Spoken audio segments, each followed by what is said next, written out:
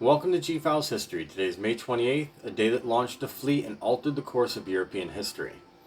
On this day in 1588, the mighty ships of the Spanish Armada set sail from the port of Lisbon under the command of Duke of Medina Sidonia, beginning the fateful voyage toward England. It was not just the movement of ships, it was the opening act in a clash of empires, ideologies, and destinies.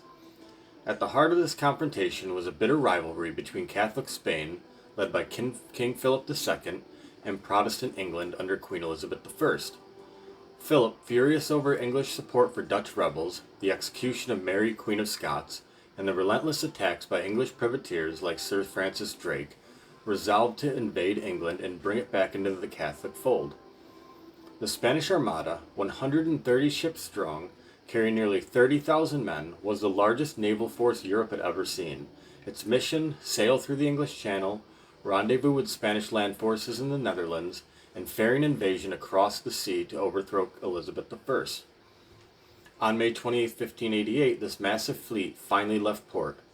It was a display of Spanish power and a religious fervor, a crusade in the eyes of many. For Philip II, it was not just about politics, but divine destiny. Europe watched with bated breath. If the invasion succeeded, it would mean the end of Protestant England, a shift in the balance of power, and a global triumph for the Spanish Empire. But what followed was one of the most dramatic naval confrontations in history. The English Navy, faster and more maneuverable, harassed the Armada in the Channel.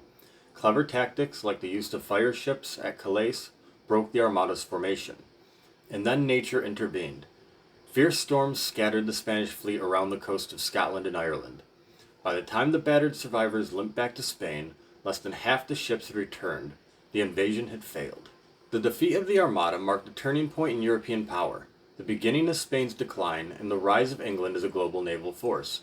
It solidified Queen Elizabeth I's legacy as a national hero and protector of Protestant England, and it showed that even the most powerful empire could be humbled by a combination of strategy, resistance, and the sea itself. Today, the Spanish Armada is remembered as a symbol of overreach, a grand but doomed attempt at conquest. And May 28, 1588 is remembered as the day that ambition was set afloat and fate began to stir the winds of change. On this day when sails were raised, storms brewed, and the course of European history was forever altered. This is May 28th, one day, a world of history.